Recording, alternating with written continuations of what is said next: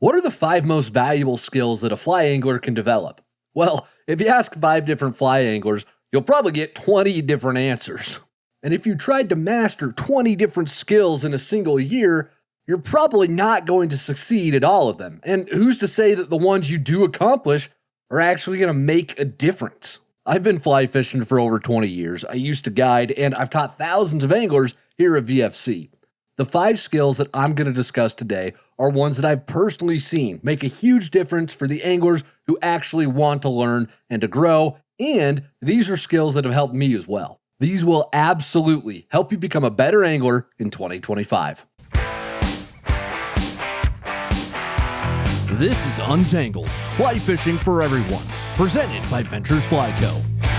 Hey everybody, welcome to it. This is Untangled, and I am your host, Spencer Durant.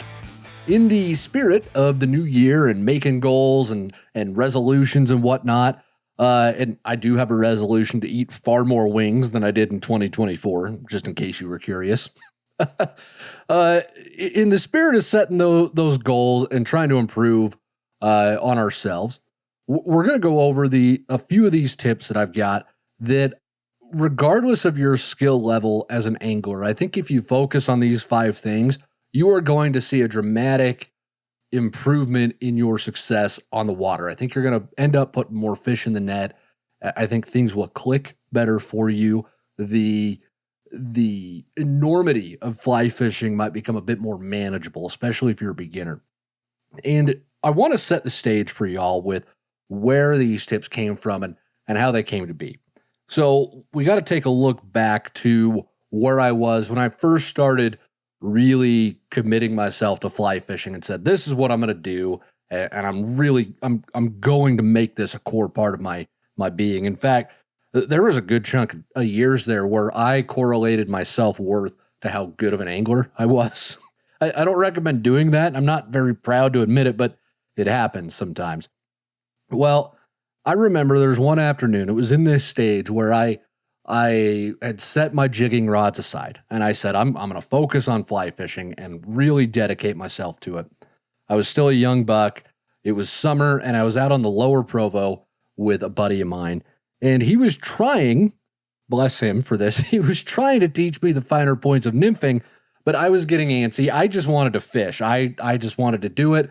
I had this notion, and I still do from time to time, that I can just power through something and figure it out and do it as I go along.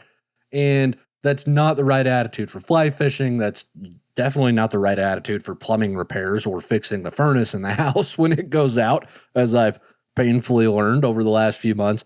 It's just not always the best attitude. There's value in learning and in looking and reflecting on how things go. And that's exactly what I wasn't doing with my buddy when he was trying to teach me the finer points of nymphing. And I wasn't paying much attention to him at all. I was just counting down the seconds until he'd shut up and let me fish.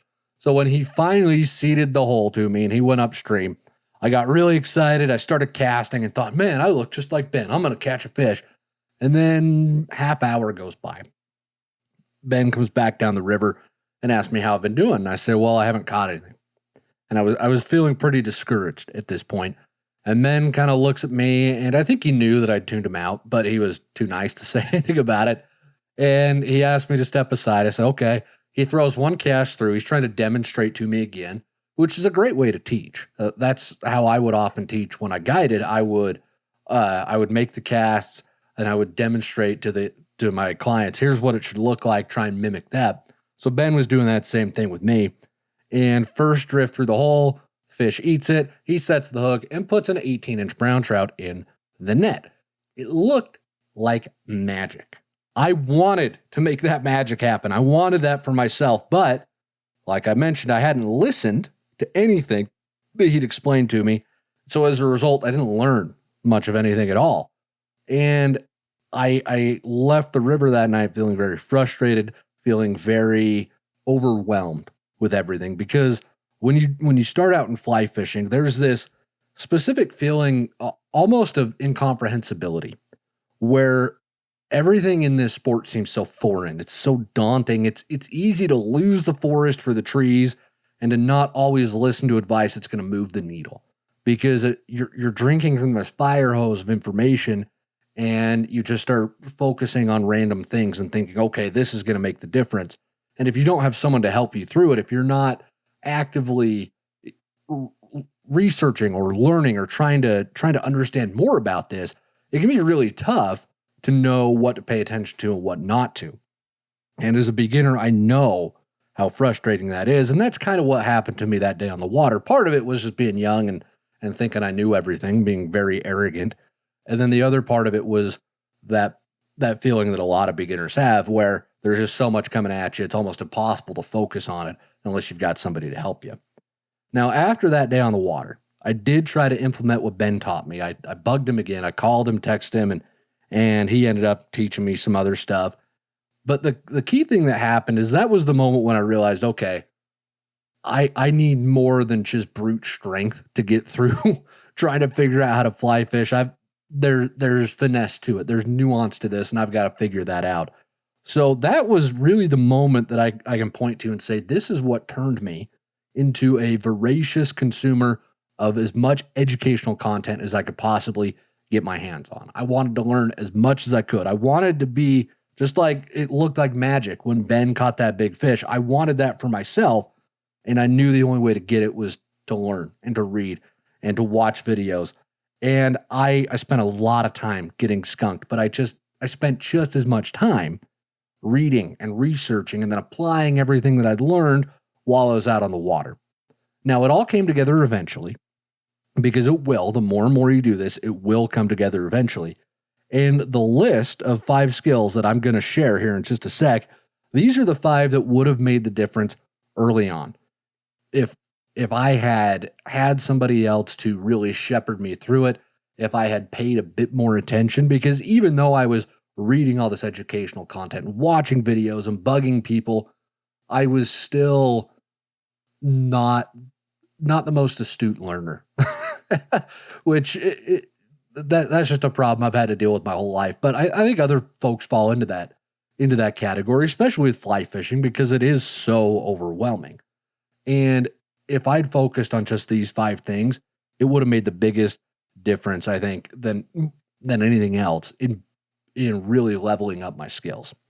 And these 5 skills are going to help anybody. I do want to drive that point home, regardless of where you're at in your fly fishing journey, because fly fishing, the learning process, it's not just this start and end process. It's an exponential growth curve. There is no start and end to learning in fly fishing. And if anyone tells you that they've got it all figured out, they're lying, because they don't. They might be very good, they might be very accomplished, and they probably are, but they don't have it all figured out. It's not possible. There's always something new, something different you can do, something you can learn when you're out there on the water. And I think the best anglers, all the best anglers I know, are the ones who have that insatiable desire to level up. They're the ones reading books. They're the one watching podcasts like Untangled. They're watching videos. They're asking other anglers, right? I wanted these tips that I'm going to talk about today to be needle movers that will help anyone get better results this year. So let's dive into the first one. And your first tip is going to be demand perfection. It would help if I could read my own notes. Demand perfection from your presentation. What I mean by this is, don't just settle for okay presentations. You want to adjust everything about how you're presenting your flies, whether it's dries, nymphs, or streamers, whatever you're fishing with. Adjust those and continually adjust it until you get it perfect. Demand perfection out of yourself and hold yourself to that standard. Because the best anglers I know, the guys who I can count on, if I'm fishing with them, I know they're going to put a fish in the net. They are not satisfied with that, that was good enough drift. They're just not. They are constantly tweaking their cast, where they're standing, how much line they have out. They're all the variables that you can control in your presentation. They are controlling those. They are tweaking them until they get the fish, and then they try to replicate that as much as possible. And then if they quit catching fish, they go back to the drawing board and continue to refine that presentation in the next run or with the next fly to make sure it's as dialed as they can possibly get it. Give you a little bit of an example of what this looks like. Uh, Alex and I were out on a river this last summer, and we got to this beautiful run, a nice deep run. There was a pool above it, a short riffle section, a deep run, and then that run turned into another riffle and then a deep pool. So we're fishing this big, deep run, and there's a fallen log right in the middle of it, and it's tucked up against this bank. So really deep water. We can't see down at the bottom of it, but it just screams fishy because of how much cover there is. There's riffles all around it, so there's a lot of food coming into this run. And I fished through it. I think Alex let me fish it first. And I fished through it 4 or 5 times, and I didn't catch anything. Well, Alex gets up, and he starts messing with this run. He starts looking at it. And we both knew that the fish, because it was too good of a run to not have a fish in it. So we both knew that the fish was going to be tucked up against the bank underneath that log, and the key was trying to get the flies to drift deep enough against that log for the fish to come out and eat them. Well, what I'd been doing is I'd just thrown my flies, a little bit up above the run, and they weren't sinking quick enough. They weren't getting down quick enough by the time they got to that log. So they were just way too high in the water column, and if the fish saw them, it wasn't going to move that far for food when I had a whole bunch of food right in front of its face. And I was fishing too quickly through it. I was making that classic impatient mistake where if it doesn't work in 4 or 5 casts, I move on. That's an Achilles heel of mine that I've had to continually work on and try to adjust as I go through this. Well, Alex, he holds himself to a higher standard with his drifts than I do, and that's one of the many things that I've learned from him. He's very great at this. He did the same thing I did. He threw a few drifts first and realized his droppers weren't getting deep enough. So he makes a cast further upstream, well above the run, and lets those flies drop all the way to the bottom so that by the time the current carries them into the run, they're already deep and they sank like a rock right in front of that rock or right in front of that log. And I think the 4th or 5th time that he got that perfect presentation through the run, big old tiger trout came out, smacked him, and he put, I think it was an 18-inch tiger, really nice fish. Biggest fish of the day, he puts it in the net from a run that I had said, fish didn't want to play because I wasn't picky enough with my drift. Alex was. And that's what made the difference. He didn't settle for just an okay. You want to be like Alex when it comes to your presentation. So that's tip number 1. Tip number 2, picking the right fly. This is a pretty broad skill, but if you want to be great at fly fishing, then you've got to know as much as you possibly can about aquatic insects because that makes up the majority of a fish's diet. Whether you're going after trout or panfish or bass, they're eating the bugs and other critters that live in the water. So the more you know about the food base, the better you're going to be able to match those food items at any time of the year. Give you an example of just how important this is. A few years ago, there was this lake in Utah that was growing enormous rainbow trout. And I went out there with a buddy, and we were set. I thought we had it all dialed in. I had some big old scuds because I'd heard that was what they were really keyed in on. It was right after the ice had come off, and there were legitimate 10-pound rainbow trout that folks were catching from shore. Not everyone was 10, but folks were catching some really, really big rainbow trout. So I wanted in on the action. We show up, and we started getting into some fish, but it wasn't hot and heavy like I'd expected. And there were a few other anglers at the lake who very much looked like they knew what they were doing. And I overheard a few of them talking that, they're eating damselflies right now. Now, I had no clue what a damselfly was. This was probably 10. No, it was longer than that. It was a long time ago. Well, I had no idea, like I said, what a damselfly was. And I still caught fish, but looking back on that day with the knowledge that I have now and the experience that I have now, if I'd known what damselflies were and I'd had some in my box, I would have caught more fish than I knew what to do with, I think. It's hard to say for sure, but I know I would have had a better chance at a really big one. As it is, I caught a few, nothing to really write home about. They were still fun fish, but not the 10-pounders like I was hoping I'd catch. And that was probably the earliest moment when I realized yeah, I don't know enough about bugs. And I had to commit myself to learning more and more about picking the right fly, because knowledge is power when it comes to this aspect of fly fishing. The more you know about aquatic insects and the food that fish eat, the more tools that you're going to have at your disposal to match any hatch at any time of the year. And that just increases your chances of putting fish in the net, of cracking the code, of figuring it out, and then having a great day on the water, right? We've got, and to help solve this problem, we've actually got a fly selection masterclass that we just launched. I'll throw a link to that in the show notes. If you haven't checked it out, I would go take a look at it, because it goes through everything that you need to know about all the aquatic insects that fish eat, their hatch timings, flies to imitate them, where they live, what they look like. It's got all that information in there. And I would also encourage you to continue to read more about it, right? We can't fit everything about caddis into a video. It'd be way too long, and honestly, it'd be way too boring. It'd be like listening to me do an entire episode on the history of buffalo wings or something ridiculous like that. Nobody wants to hear that. But it is, if it fascinates you, and even if it doesn't fascinate you, continue to go deep on it, continue to learn more and more about it, because you will never know too much about aquatic insects. The more knowledge you have about them, the more success you're going to have out on the water. Skill number 3 to work on is don't eat the elephant all at once. I've alluded to this a little bit beforehand, but it's important. We've all heard that saying, I think we have, where how to eat an elephant, right? You don't grill it medium rare or whatever. And also, would elephant even taste good? Not that I'm advocating for the eating of elephants, because I think they're endangered anyways, but I don't know if it would taste that good. Anyways, you eat an elephant one bite at a time, not all at once, because it's so big. It's that same thought process with fly fishing. You don't need to know everything right now.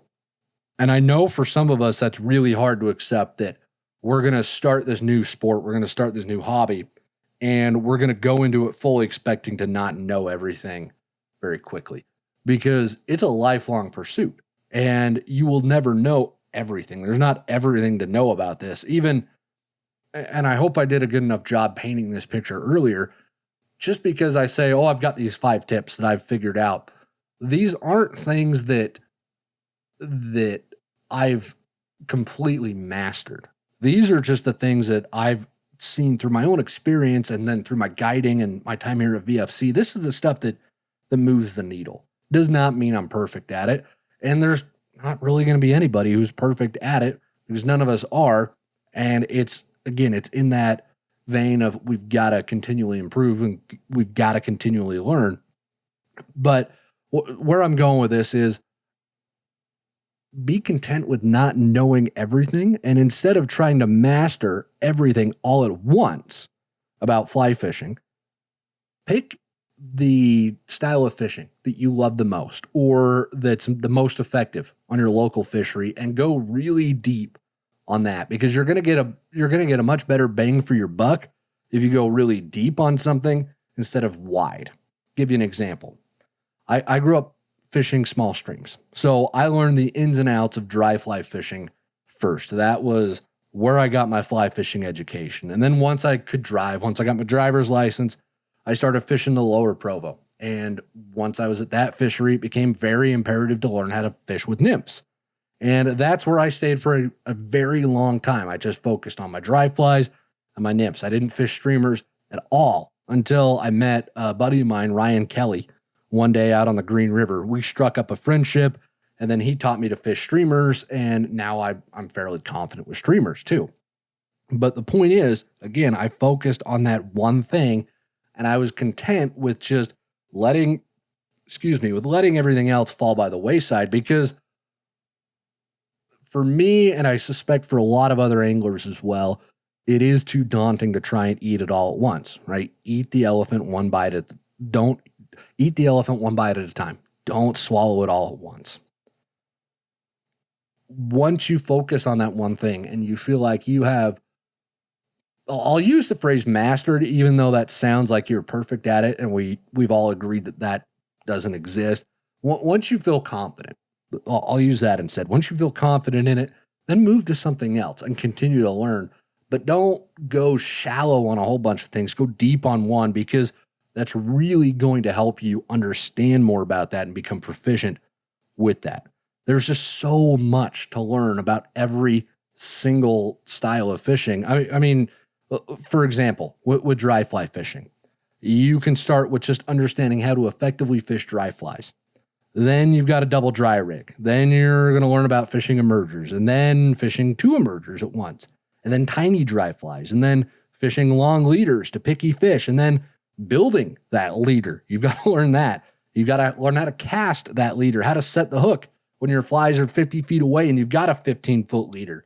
Timing a fish's rise to get your fly in its feeding lane at the right moment, and eliminating micro drag. That's just dry fly fishing. You see how deep you can go with it? That's why it's valuable to go deep on one thing instead of shallow on a whole bunch. So to help keep that information overload at a more manageable level, pick something that makes sense for your local fishery or that you just enjoy doing, and work to become really good at it before you cast your net too wide. Tip number 4 is going to be master the cast. This is something that I've noticed with myself. My casting needs work, and it really does not help that my casting failures are immortalized in 4K on YouTube, because we know that YouTube is forever. But you honestly can never work too much on your casting, because not only is casting about getting your flies to where they need to be, but there's also your fly line placement too. And I owe a lot of insight on this topic to Dom Swintoski over at Trout Mitten. Dom's a friend of mine. He's been on the podcast. Very, very insightful, very wonderful angler. And I pulled a few quotes here from an article he wrote about casting, and I've linked that in the show notes. I highly recommend you go read it. It's got tons of great information. But he put into words something that I think a lot of us know, but we don't always know how to articulate. And what he said is, never forget what makes fly fishing unique. It's our ability to place not only the fly on target, but the leader and line at their own targets. All good anglers can hit the pie plate with an Adams, a pheasant tail, or a zoo cougar. But have you thought about where the tippet and leader should land? That's real accuracy. What Dom's getting at there is that you need to master how you move your line, your leader, and your flies on the water, because they don't work independently of each other. They all work together to accomplish the goal of a good drift. So this does go in hand with perfecting your presentation, like I talked about earlier, but it's the casting aspect of it particularly that I want you to pay attention to. For example, think about when you're fishing pocket water. Usually you're trying to drop your flies on one of the seams created by that pocket, whether it's a side seam, the Y junction, or some other spot. You're dropping your flies in those seams. So if you land your flies in that seam, but your line lands in the fast water next to the seam, then the fly line is going to pull your flies, and if you get any drag-free drift at all in that seam, it'll be exponentially shorter than if you just landed your flies and line all on the seam together. So you can, that's one example of why your fly line placement and then your leader placement as well matters, because bad fly line placement in pocket water can ruin your drifts. Another moment where bad fly line placement can ruin things for you is if you're standing in a run and the fish are rising, but that run is too deep for you to wade and get downstream of the rising fish. So you've got to make a quartering upstream cast across the river to drift your flies to those rising fish. In a run, a current is going to be a bit more uniform on top, but there are still micro currents and small seams that can pull your fly line just a bit and add some drag to that drift. So at that point, if you can get your fly line to land even with or upstream of the rising fish by utilizing a reach cast, then you can eliminate a lot of the drag or potential for drag when you find yourself in a situation like this. So where your fly line, again, where that fly line lands matters. It's not just where your fly lands. Being accurate with the placement of every part of your rig is going to make a difference in your ability to get that presentation. And then if you can't deliver your flies to the fish without scaring them, or you can't get your flies to the fish consistently, then you're going to catch dramatically fewer fish. So every aspect of casting demands consistent work and consistent attention. And that's something I'm personally going to focus on a ton in 2025 is my casting, because I know that I think that's my weakest link right now, to be completely honest with you. So again, thanks to Dom Swintoski for his insights on that topic. I've linked his article on it in the show notes, so go check that out if you are interested. And tip number 5 is going to be see everything. The best anglers I know are the ones who are the most observant. They are always watching the river or the fish or the bugs, and then they're using that information to help inform their decisions out on the water. I've talked about him a lot recently, but my buddy Ryan McCullough, he is the best at this. He's so stinking good at it. I can't count how many times we've been out fishing together, and he'll sit on the bank and just watch while I'm fishing. And I thought he was watching me, right? Because I'm so good, and I'm a very I cut a svelte figure on the water. He wasn't watching me. I know that's shocking to everybody. He was watching the fish. This is what he was doing. He would willingly sit and watch while a hatch was going on, just to get down the timing of a certain fish, or just to understand the hatch a little bit better. And then I'd watch him, and he's done this all the time. He'd wade into position, and he would cast at just a single fish that he'd picked out. Or he would have a lot more confidence in his fly selection because he sat and he watched for a minute. It's a very deliberate way of fishing. It's not fast-paced, which is one thing that is nice about fly fishing. It has a quick pace to it, certainly quicker pace than bait fishing. But Ryan's very good at this style of fly fishing, and he's caught some gorgeous fish on dry flies. I mean, shoot, he caught a 26-inch rainbow on a dry fly using this same process that I just outlined. And just to drive that point home a bit further even, last year, Alex and we were out on the Beaverhead River in Montana, and I think this was actually the first time Alex had ever fished the Beaverhead. And we showed up at the river, and we parked the truck, and I think blue-winged olives landed on me immediately as I got out of the truck, and I saw some fish rising. So we tied parachute blue wings on and just got right to fishing, and we didn't catch squat for 2 hours. We changed our tippet sizes. We switched flies. We made amazing casts, lengthened our leaders, everything that you're supposed to do when the fish are being picky with dry flies.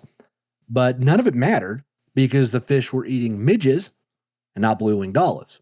Even though the blue-winged olives landed on me and there were blue-winged olives on the water, we hadn't taken the time to sit and watch and study the hatch to realize that there were also midges hatching and the fish were keyed in on those. And by the time we realized it, the hatch was almost over. And I think we caught some fish on dry flies, but we ended up catching most of them on nymphs because once we figured it out, the hatch was just about wrapped up.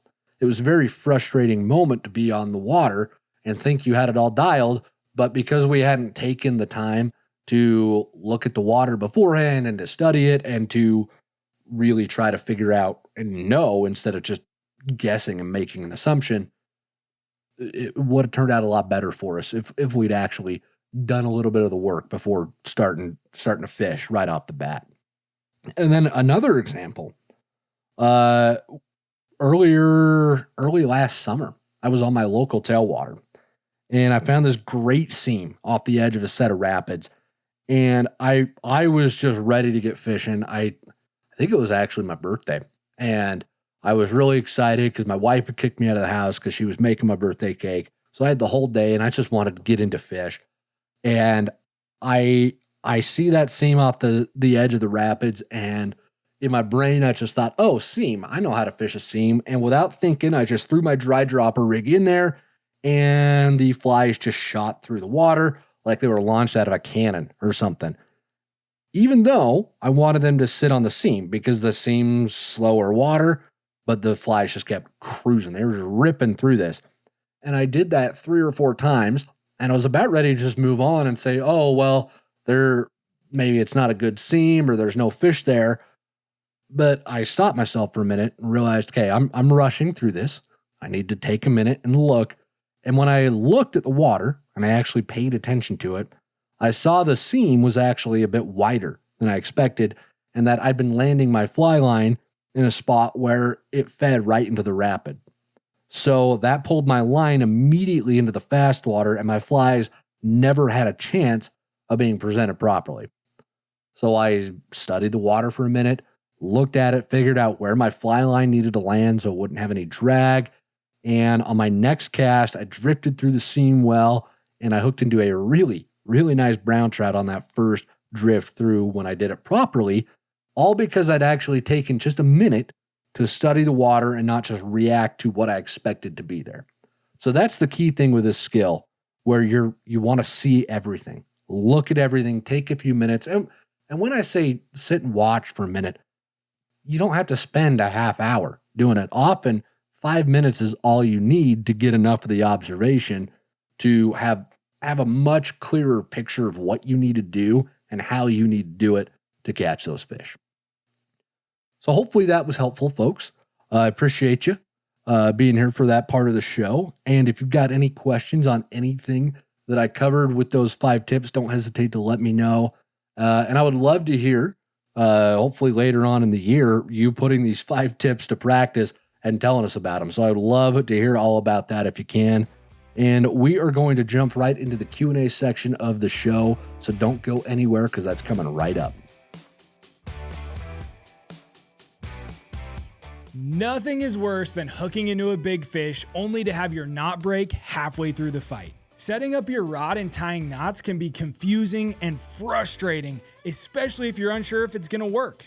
That's why we put together our Rigs and Knots Pocket Guide. It has instructions and tips on how to set up the most time-tested, proven, reliable fly fishing rigs step by step. So if you want to spend less time tinkering and more time fishing with confidence, click or tap the link in the show notes to get this guide for free. All right, back to the show. Every week, we spend half the show directly answering questions from listeners and viewers just like you. So if you've got a question that you would like answered about fly fishing, please don't hesitate to send those in. There's a link to do that in the show notes. And our first question this week comes to us from Craig from Missouri. He writes in and says, how much wind is too much? I scan my calendar for days I can fish, then check the weather to see if it will be accommodating. How hard does it have to be blowing to decide to stay home and hit the honeydews instead of venturing out to the water? See what I did there? Craig, I appreciate the pun. Thank you so much. It was a good one. And thank you for your question as well. You might not like my answer, but it depends. I know a lot of saltwater anglers who will just go out even when the wind is ripping. They're going to fish. If the conditions are right, they're going to go. But I also know some trout anglers who will stay in if there's a light breeze in the air. It really is going to come down to what you feel comfortable with as an angler.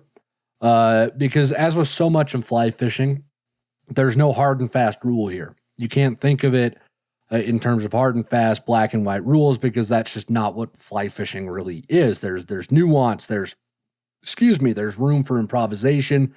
There's room for your own spin on things. So your tolerance for wind is going to be different than mine. And living in Wyoming, my tolerance for wind is going to be different than somebody who lives in Utah, for example. Now, just to give you a little bit of an idea of what you can expect, 10-mile-an-hour winds, that's not too bad. That'll blow your flies around during the cast a little bit. You might have to change your casting angle to compensate for the wind, but that shouldn't have too dramatic of an impact on a lot of folks. 20-mile-an-hour wind, that's when your casting is going to start to get tough, when your accuracy can plummet, and when strong gusts can blow your flies right back into your face if you're not careful. 30-mile-an-hour wind is going to make casting very tough. Your flies are going to blow back at you if you're not using the correct casting techniques. And then 40 miles an hour, that's when things just get unmanageable for me personally, and for a lot of trout and river fishing in general. When it's blowing that hard, it might just be time to wrap it up, call it a day, in my opinion. I mean, just last week, I knew I was going to fish. I was looking at the calendar. mostly looking to see what the temps were going to be, because that was going to dictate where I was going to go. If I thought I was going to get into a little mid-hatch, I was going to go somewhere else. If it was going to be cold, I'd go to a different spot. But I also saw that the wind was supposed to be blowing at 30 miles an hour all day with gusts up to 40. And I just didn't even leave the house because I didn't want to deal with it. 30 miles an hour, it's a bit too much for me, especially with 40-mile-an-hour gusts. That just sounds like a long day getting beat up by the wind. Now, if the forecast said 20 miles an hour with 30-mile-an-hour gusts, I probably would have gone. Probably would have just done it. It would have been rough and miserable, but I would have dealt with it. So if the wind is blowing your flies back in your face, no matter what you're doing, or maybe it's even blowing so hard that it's blowing your indicator down the river, even when the indicator's on the water, that's the line for me when I say, all right, I'm going to go get some food and go home, because that's just too much for me to deal with personally. One thing you can do when it's windy is you can bump up to a 6-weight from a 5-weight, because that 6-weight line's a little bit heavier, can generate a little bit higher line speed in the wind, can just handle that a bit more effectively than the 5-weight, but even against 40-mile-an-hour winds, your 6-weight's not, I mean, you can fish it, you can do it, but it's not going to make a dramatic impact when it's blowing that hard. My advice is just to go fishing, and you'll start to learn what that threshold is for yourself. Unless you see the wind blowing just ridiculously hard, then you probably just stay at home and not feel too bad about it. But I appreciate the question, Craig. Thanks you so much for sending it in. Hunter from Virginia has our next question, writes in and says, I usually have my drag very tight because I prefer to keep as much line off the ground as I'm navigating a river. Last week, I hooked the biggest rainbow of my life and could tell that the fish was running, but I didn't have the right amount of drag to fully let it. So my question is, how do you go about setting your drag in various fishing situations? Thanks, and keep up the good work. Wings and Diet Coke for life. Well, Hunter, you're dadgum right. Wings and Diet Coke for life. I appreciate it. Thank you for your question. I have my drag personally set a little bit tighter than most anglers I know. I'm almost always running 4X tippet, so I can have a little bit of a tighter drag because the tippet that I'm using can handle that strain. So when you're fishing and you've got your leader out there, and let's say you've got a dry dropper, you've got 4X to your dry and 4X to your dropper. At that point, your 4X tippet's usually rated for around 8 pounds, so it can handle a fair amount of twisting and pulling and shocks from head shakes or bouncing. It can handle quite a lot of that without breaking too much. And if your drag is set really tight, your rod and then your line and your leader and your tippet are going to absorb the shock and the impact of a fish taking the fly and making the runs that it does. If your drag is set a little bit lighter, then you have less control over the fish, but your tippet in particular is a bit more protected, because instead of just pulling against a tight drag and the tippet having to absorb all of that, the fish can pull and the drag's not as tight, so it's going to pull line with it as it's exerting that force and pressure on your tippet, so it saves the tippet a little bit. So if you are consistently fishing with 5X or 6X, then you're going to want your drag set lighter so that you're not snapping tippet off. A great spot for most anglers is a great spot to start, especially for the majority of trout fishing, is you want to set your reel to where you can pull line off the reel. So just with your free hand, you can just pull the line off the reel without the line backlashing, which if you've never heard that term before, that's when if your reel is too loose, you pull line off the reel, the spool spins and spins and the line gets tangled up on the spool. If you're doing that and you're getting those tangles, you're getting that backlash, then your drag's a little too loose. You want to set it just a bit tighter. That's going to be enough resistance for a lot of your trout fishing, your panfish, for any tippet size. That can work fairly okay for bass too. The nice thing about having it set light like this, though, is that if you hook into that big fish, or not if, you're going to hook into that big fish, right? We're all about PMA here at VFC, positive mental attitude. So when you hook into that big fish, you can crank the drag down and put the brakes on it when it makes that bigger run. And this is something that as you fish more and as you play around with the fish more, you're going to develop a comfort level with your reel and with its drag and how it acts, because every reel is different. Every reel has more or different startup inertia. And what that means is how much force it takes to get the reel to turn, and the resistance that you feel when you pull line off of the reel.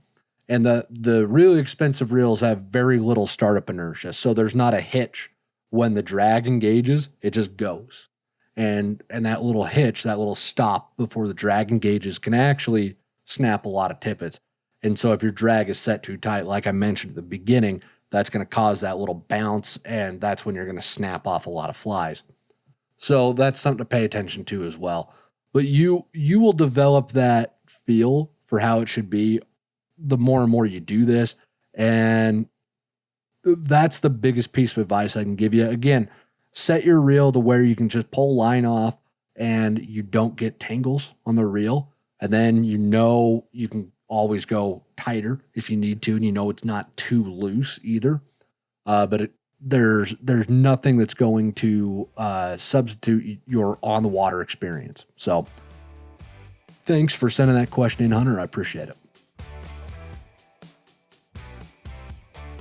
Nick from Utah has our next question. Writes in and says, "Hey Spencer, I just want to start out and say thank you so much for this podcast. I've listened to all the episodes and it has helped me learn so much. My question today has to do with the river flows. I primarily fished the Weber River in Utah, and in the past, when I've called some local fly shops to ask for reports on the river, the most common response I get is the river is good, it's flowing at such and such CFS, and they leave it at that. For someone that is relatively new to fishing on a river, how do you interpret flow measurements? What is considered the appropriate range of CFS to fly fish on a river? Is 750 CFS considered slow flow or super fast? Thanks so much for helping me out with this. Keep up the good work with the podcast and tight lines."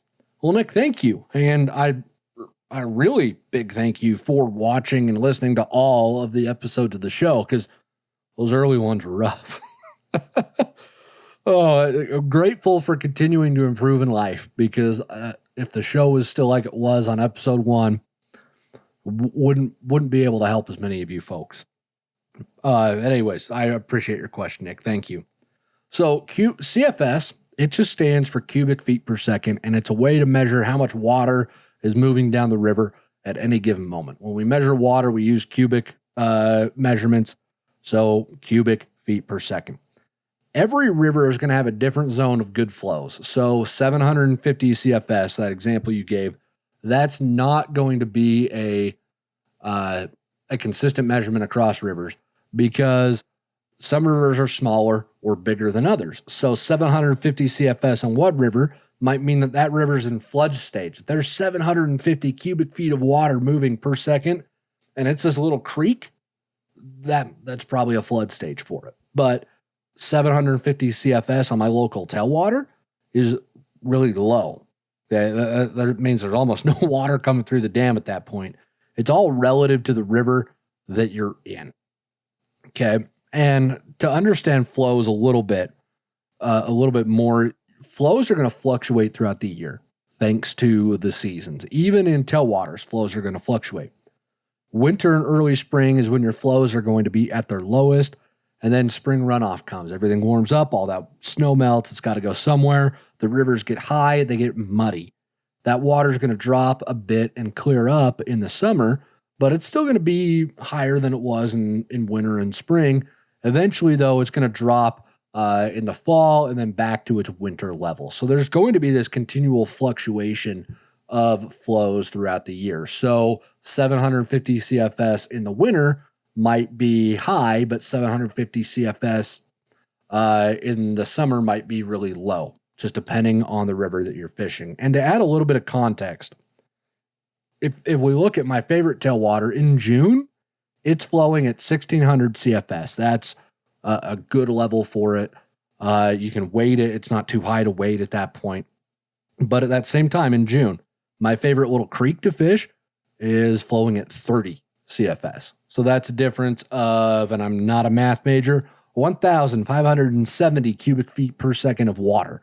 That's a lot of water. It's a big difference. So there will be that big variance between each river that you look at. Now, you can look up the flow rates for rivers all across the country on the USGS website. That's where all the flow data comes from. And on their charts, they'll also have a range that shows you what the median flows are. And that's as close to what the quote unquote normal flows are supposed to be for any given time of the year. So if you look at a chart and you see a river flowing at 750 CFS, but the median for that time of year is 200, then you know that the river is super high and probably unfishable at that point. But if it's at 750 CFS and the median is at 700, then it's probably in decent shape. It might be just a little high, but you might not even notice either, depending on how big the river is. You might also find that 10 or even 5 CFS are going to make a huge difference in how fishable a certain river is. That favorite little creek of mine that I talked about, it fishes fantastic at 29 to 32 CFS. But if it's at 34, it's a bit too high to fish well. If it's at 39, you hardly can wade in it because it's so small that just 5 cubic feet more of water per second is going to make a huge difference either way in how fishable it is. So hopefully that explains that question for you, Nick. If you've got any more questions or need more insight, please don't hesitate to reach out. Thanks a bunch. Ethan from Pennsylvania has our next question, writes in and says, how do I position an indicator properly? I feel that if I put it too far away from the fly, I will miss strikes. I also feel that if I put it too close to the fly, I can't reach the bottom and I will spook fish. I know the general rule of thumb is 1.5 times the water depth, but sometimes it seems too much or too little. Well, Ethan, this is a good question. The correct way to ensure that your indicator is in the right spot is your nymphs need to be bouncing along the bottom. That tells you that your indicator is right and you have the depth of everything else correctly. You are not going to miss strikes because your indicator is too far away from your flies, so don't worry about that. You would be more likely to miss strikes if you're using a whole bunch of split shot to get those flies down, or if you're using a giant indicator that's way too big for those flies. And that's going to cause more problems than your indicator being far away. A lot of the nymph rigs I fish, my indicator's 9-ish feet from the first fly. In a lot of the tailwater fishing around here that I do, because the water is moving quick enough and the holes are deep enough that I got to get those flies down deep. So your flies need to be on the bottom to where you're hanging up every 4 or 5 casts. If you're snagging the bottom that consistently, that means your flies are right there in that strike zone, because unless you get to the river and see the fish actively rising, then more likely than not, the fish are sitting on the bottom where the current is the slowest, but there is a ton of food available. So that's where they're going to hang out. Remember, fish are like me. They want to do the least amount of work for the most amount of food. So that means they'll be sitting on the bottom. And if you're snagging the bottom every 4 or 5 casts with your nymph rig, that means your flies are exactly where they need to be. So you need to continually adjust your indicator until your flies are just ticking along the bottom. Depending on your setup and your fly rod, you might be able to even feel those flies ticking along the bottom. Some rods are a bit more sensitive than others, so you'll be able to feel that. One of the reasons that we picked the fly flinger here at VFC is you can feel a bit more when your flies are ticking along the bottom than with some of the other rods we looked at. So that's an important design quirk that you might want to look for in fly rods. Again, make sure you're adjusting that indicator. And we've also got a video all about this on how to know that your depth is right and how to adjust that indicator. I'll throw a link to that video in the show notes as well. And with that, folks, we are done with the Q&A section of this week's show, but don't go anywhere because we've got the Live Real Life moment coming right up. Every week, we end the show by sharing stories and pictures from folks in our audience who are out there living real life. We love to hear and see all these adventures that y'all are having out there living real life. If you've got a Live Real Life moment you would like to share, there is a link to submit those in the show notes. And This week's Live Real Life moment is from John. He writes in and says, my 14-year-old grandson caught this native Apache trout at Sheep's Crossing in eastern Arizona on the Little Colorado River. This species can only be found in this area of the world. Fish was 12 inches, caught on a homemade mini hopper. Anything with legs was working. I had the same fly and caught two, but got many hits before it quit working. Inspected the fly and found that the fish had ripped off all the legs. John, that's awesome. I love seeing that. Grandkids getting out and fishing. And Apache trout, that is really cool. Those Apaches they're a native trout to Arizona. But if I remember my fisheries genetics right, they're distant cousins of the cutthroat trout. But they've got their own distinct look. A really, really cool fish. And the fact that we got pictures of them and that you were catching them on your own hoppers, that's really, really, really cool. Thank you so much for sharing that with us, John. And with that, folks, we're going to wrap up the show this week. Thank you so much for being here with us, watching the whole show. That does more than y'all will know. We've got a ton of other content that could be helpful to you. We have links to it everywhere, whether you're watching or listening to the show. So check out the other content that could be helpful. And until next week, everybody, get out on the water, have some fun, and live real life.